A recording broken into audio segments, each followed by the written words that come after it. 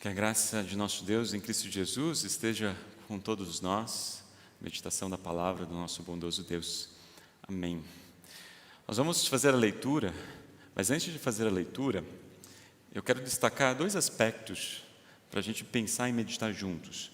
Hoje a reflexão ela vai ser um pouquinho diferente, vocês se sintam à vontade de participar comigo dessa conversa, desse diálogo a respeito desse texto de 1 Pedro capítulo 2, versículo 1 a 10, o 2 a 10. O primeiro destaque que eu quero fazer é que todo cristão é chamado por Deus de pedras vivas, para serem usados por Deus na construção de um templo espiritual. Quero pensar um pouquinho o que significa isso, o que são pedras vivas para serem usados por Deus.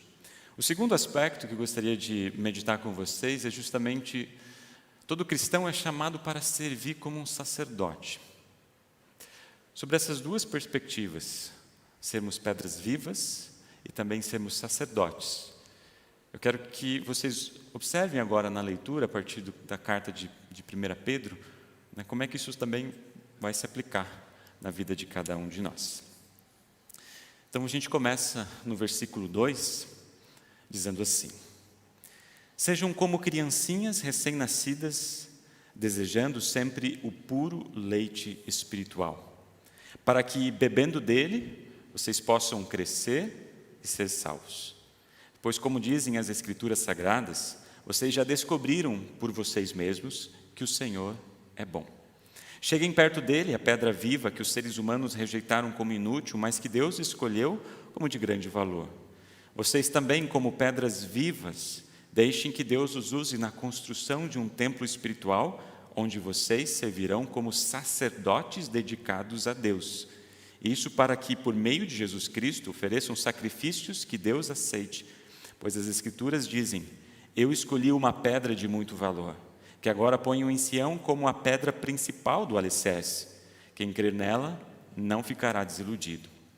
Essa pedra é de muito valor para vocês, os que creem, mas para os que não creem, a pedra que os construtores rejeitaram veio a ser a mais importante de todas.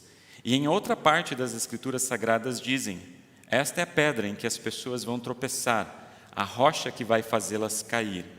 Essas pessoas tropeçaram porque não creram na mensagem de acordo com a vontade de Deus para elas. Mas vocês são a raça escolhida, os sacerdotes do Rei, a nação completamente dedicada a Deus, o povo que pertence a Ele. Vocês foram escolhidos para anunciar os atos poderosos de Deus, que os chamou da escuridão para a maravilhosa luz. Antes, vocês não eram um povo de Deus. Antes, vocês não eram um povo de Deus, mas agora são o seu povo. Antes, não conheciam a misericórdia de Deus, mas agora já receberam a sua misericórdia. Então esse é o texto que a gente quer basear a nossa reflexão no culto de hoje. Eu falei que gostaria de ter talvez um pouco a ajuda de vocês, porque vai ser de uma forma um pouco mais indutiva. A gente vai trabalhar e construir junto essa mensagem. E uma das primeiras coisas que aparece é justamente essa expressão, leite espiritual. E parece que essas duas expressões, elas são imagens que não estão no mesmo campo semântico, porque leite é algo concreto e algo espiritual é algo espiritual. O que o apóstolo Pedro está dizendo aqui quando ele se refere ao leite espiritual? A respeito do que ele está dizendo aqui? Vocês fiquem à vontade, vocês podem dizer. A respeito do que o leite espiritual? A que se refere? Palavra de Deus. Então, a referência clara aqui é a palavra de Deus, que a gente vai, se vocês tiverem a Bíblia aberta, na nossa última mensagem a gente falou a palavra que permanece para sempre. Esse é o evangelho do Senhor para vocês. Essa é a palavra de Jesus Cristo, Essa é a palavra de Deus. Mas é interessante que ele faz uma comparação aqui no texto bíblico. Ele diz assim: sejam como crianças recém-nascidas, como criancinhas recém-nascidas, crianças de colo, não essas crianças que já podem comer outros alimentos, crianças que só podem tomar leite. Quem foi pai, ou todos nós sabemos, o quão importante é o leite. E aqui, numa palavra antes, coloca o puro leite, o leite não adulterado. Não vou dar qualquer leite para o meu filho, eu vou dar o melhor leite para ele. Então, Pedro está dizendo, assim como uma criança recém-nascida deseja o puro leite espiritual, da mesma forma,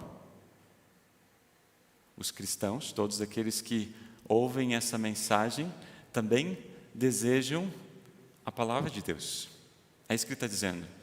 Da mesma forma que as crianças não só anseiam, mas necessitam, assim também nós ansiamos e necessitamos da palavra de Deus. Mas o que essa palavra de Deus ela gera naquele que recebe? Assim como uma criança que o leite vai gerar crescimento, assim também para nós. Não um crescimento de estatura, aqui é o crescimento da fé. Só que aqui é uma inversão de uma criança, porque o crescimento aqui que está sendo dito não é uma autonomia de Deus. O crescimento aqui é uma maior dependência de Deus. Então, quanto mais eu tomar o puro leite espiritual, que é a palavra de Deus, mais dependente dele eu vou ser, e não mais independente, eu consigo me virar sozinho. Entenderam essa relação? E justamente essa dependência de Deus que vai gerar em nós salvação. E como é que Pedro diz? Vocês já experimentaram isso e sabem que isso é bom. Essa é a primeira imagem que a gente tem aqui nesse texto.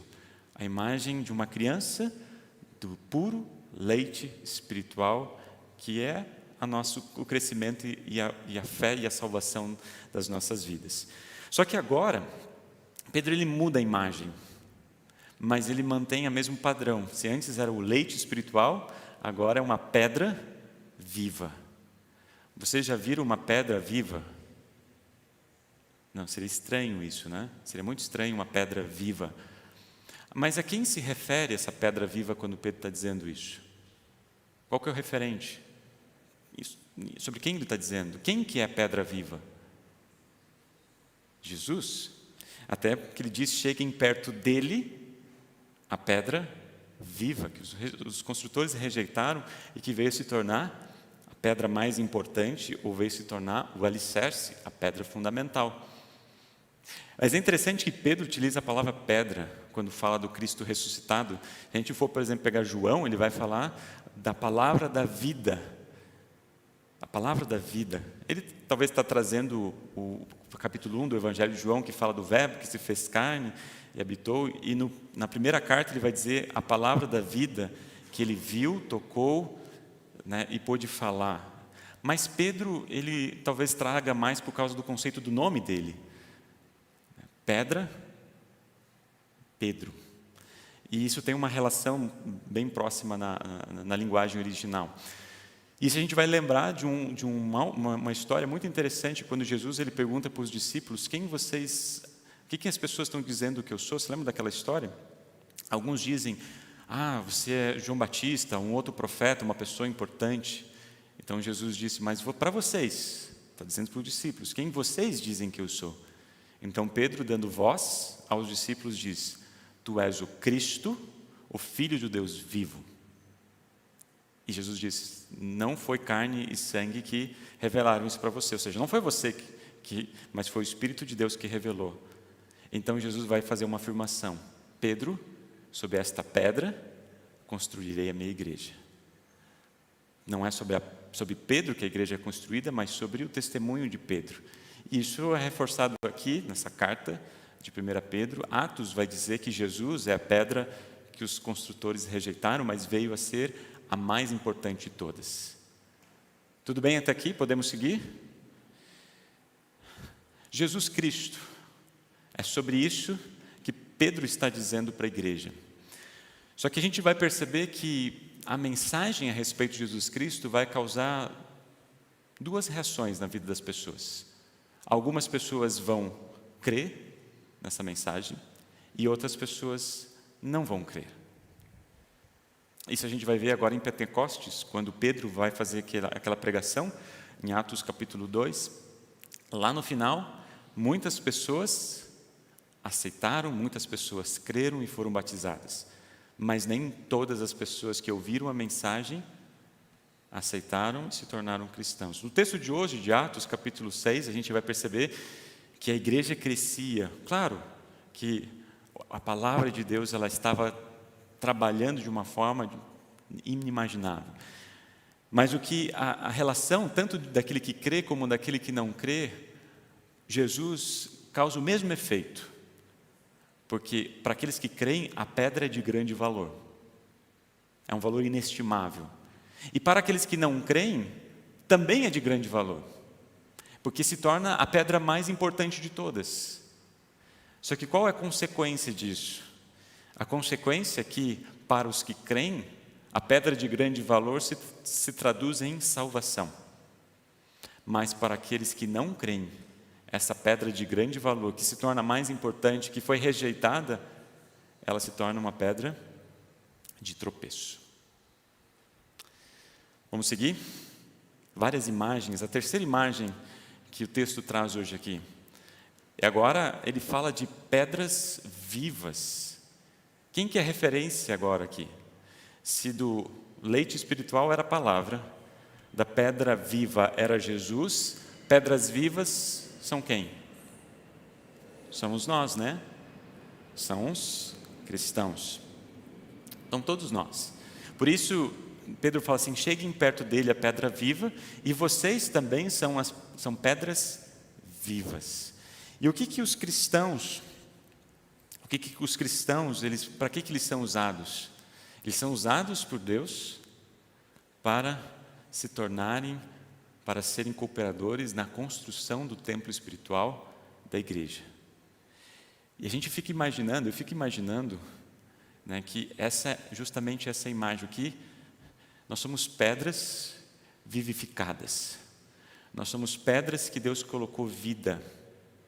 E é muito interessante que tem um contexto lá em Lucas, capítulo 24, onde os líderes judeus falaram para os discípulos, olha, vocês não podem mais falar. Até diz literalmente, calem a boca.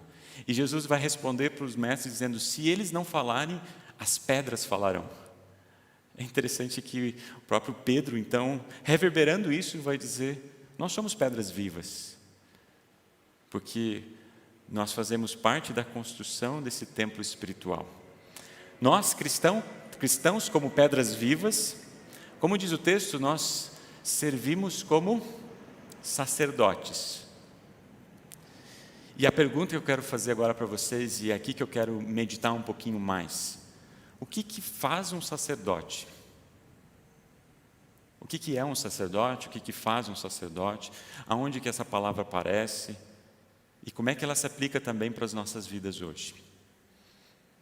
A primeira vez que aparece a palavra sacerdote é lá no Antigo Testamento, no capítulo 19. Aqui é um contexto onde o povo de Israel havia saído da escravidão do Egito, estavam ali no pé do Monte Sinai, estavam aguardando receber as leis, os mandamentos de Deus. Deus chama todo o povo e diz assim, agora, se me obedecerem e cumprirem a minha aliança, vocês serão o meu povo, o mundo inteiro é meu, mas vocês serão o meu povo, escolhido por mim, vocês são um povo separado somente para mim e me servirão como sacerdotes. Algumas pessoas, só Moisés e Arão, ou o povo? Povo, todos eram para servir como sacerdotes, todos. Isso é repetido, por exemplo, em Isaías. Eu não vou trazer todos os textos porque vocês iam ficar cansados, mas só mais um. E vocês serão conhecidos como sacerdotes do Senhor, como servos do nosso Deus. O que é interessante, e isso fica claro, como esse propósito de Deus chamar o povo de Israel para ser sacerdotes. Todos eram para ser sacerdotes para as outras nações. Mas então, qual que é a função de um sacerdote? O que ele faz? Em termos bem simples e bem gerais, a gente pode dizer que um sacerdote ele é um que vai quebrar esse muro que separa um lado para o outro. Tem um lado, tem um outro lado, mas eles não estão em conexão, não estão em contatos, porque tem algo que os divide. O sacerdote vai fazer isso, vai quebrar o muro e vai construir uma ponte. O sacerdote, na verdade, é um mediador. O sacerdote é um mediador. A função do sacerdote é mediar um lado com o outro que está separado e os dois não se conversam. Às vezes acontece vários mediadores no casamento, com filhos, na família, com amigos. Talvez vocês já foram mediadores em diversas situações, diversos contextos. Então, o sacerdote, a palavra do sacerdote, a ideia do sacerdote é justamente isso, é conectar duas partes que não estão em diálogo. Entendendo o Antigo Testamento, para vocês olharem como é que a missão era feita no Antigo Testamento, qual era o propósito. Quando Deus chamou Israel, talvez vocês vão se lembrar lá de Abraão, logo quando Deus chamou Abraão, o que ele disse para Abraão? Por meio de você e dos seus descendentes, você vai abençoar todas as nações. Todas as nações serão abençoadas por meio de vocês. Então, a missão de Israel, Deus escolheu um povo que não era o melhor de todos, era na verdade o menor, justamente para que as outras nações pudessem enxergar em Israel, esse é o Deus verdadeiro. Então, o movimento, não quer dizer que só Israel era para ser salvo, mas todas as nações, de todos os povos, eram para ser salvos por meio de Israel. Então, a missão acontecia de forma centrípeta, de fora para dentro. É como se Israel fosse um imã. E as pessoas, quando olhassem para Israel, pudessem perceber, ali está o Deus verdadeiro. Talvez vocês vão lembrar de histórias de Josué, lá na Batalha de Jericó, vocês vão lembrar de Jonas lá com Nínive. Então, através das outras nações, eles percebiam que ali estava o Deus verdadeiro.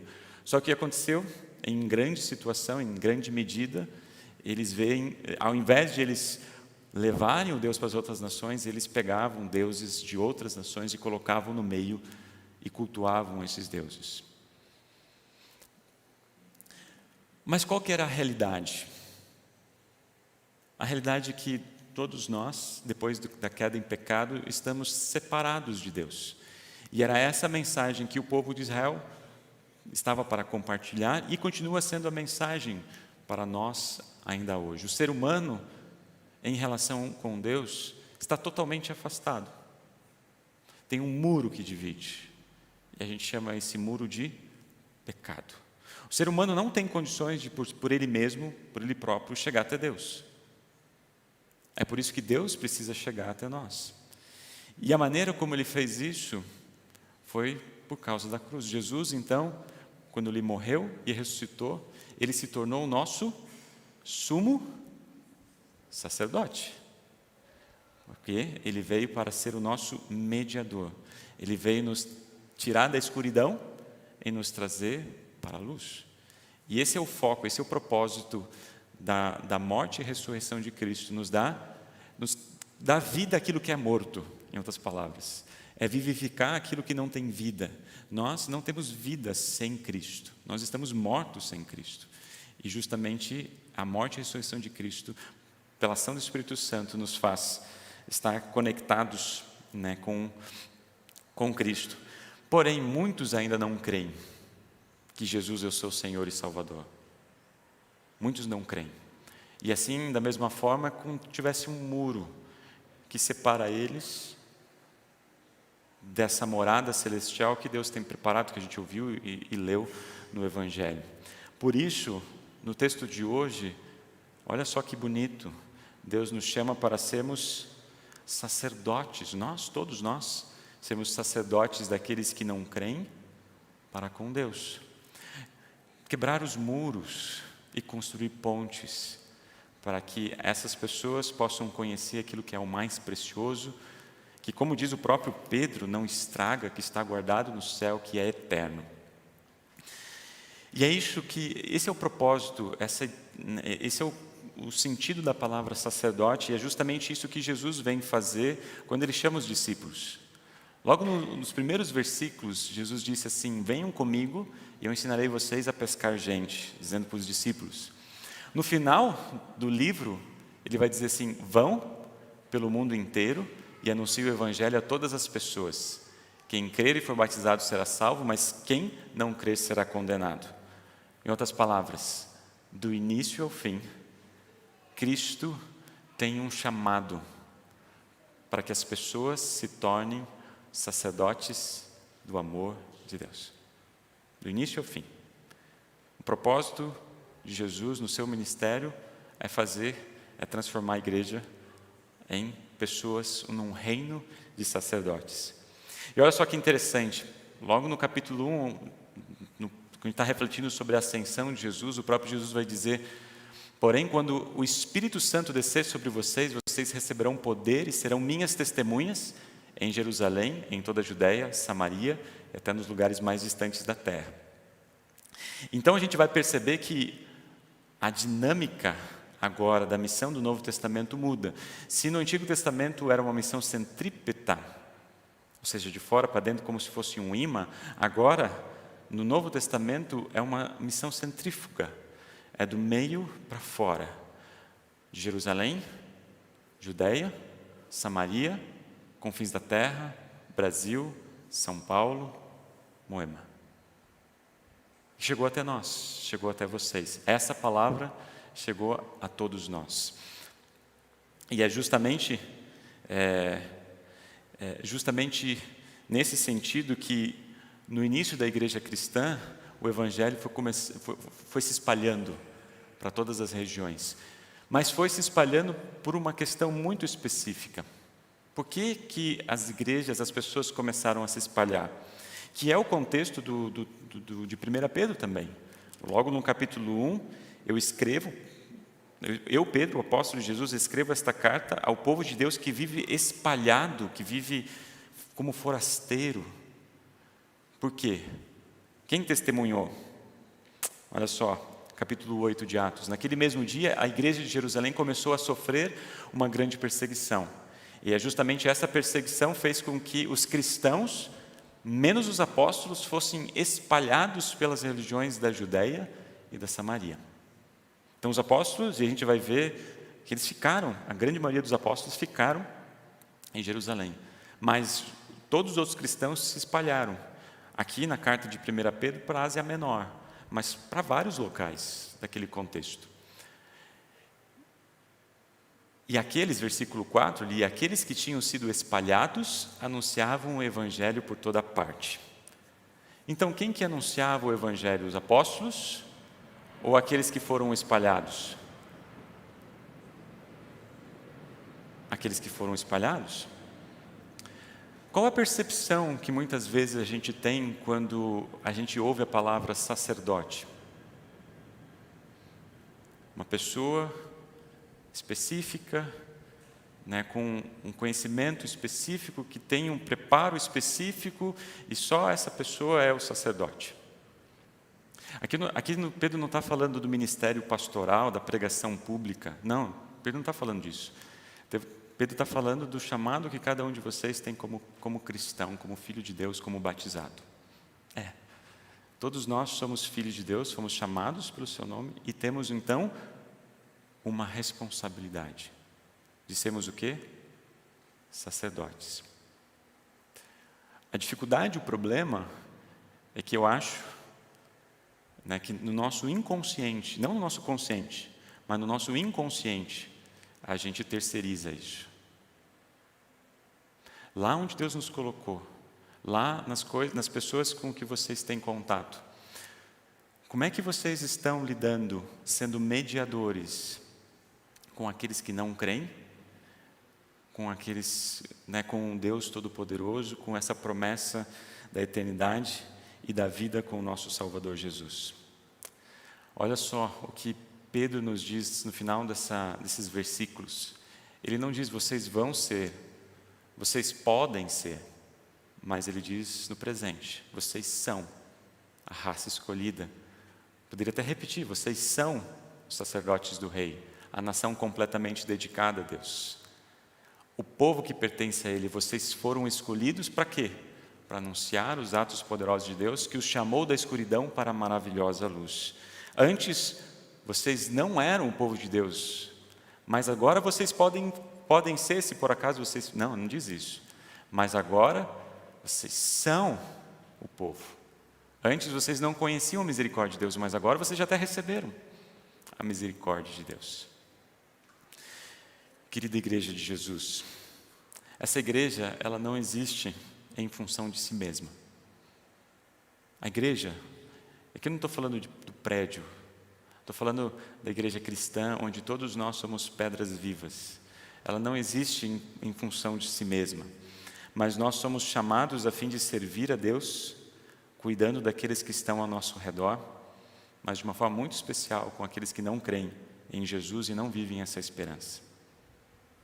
Como sacerdotes, temos o compromisso e a possibilidade de chegar naquele que sofre, naquele que está angustiado, naquele que vive sem esperança, naquele que está desanimado, e fazer algo muito simples, quebrar muros e quebrar tudo aquilo que afasta essa pessoa de Deus, e começar aos poucos a criar pontes, fortalecer relacionamentos, fortalecer essa esperança, porque a gente sabe que essa esperança não é só para esta vida, mas é para todos sempre.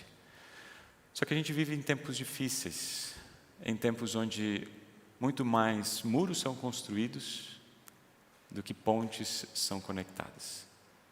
E aí vem o nosso desafio como cristãos, para que, mesmo na nossa realidade, Deus continue nos usando como povo escolhido, para sermos usados como sacerdotes, como um povo dedicado a Deus, lá onde Deus nos colocou, nas coisas que Deus tem proporcionado nas nossas vidas.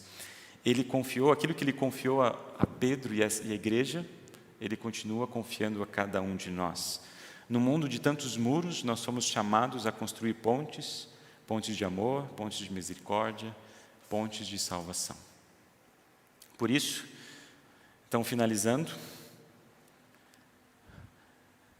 é mais fácil, então, a gente dizer: eu sou chamado de pedras vivas para ser usado por Deus na construção de um templo espiritual. Eu sou chamado para servir como sacerdote. Que esse chamado pessoal de Deus para você, a ação do Espírito Santo, promova e gere crescimento, dependência e salvação. Amém. Nos colocamos em pé.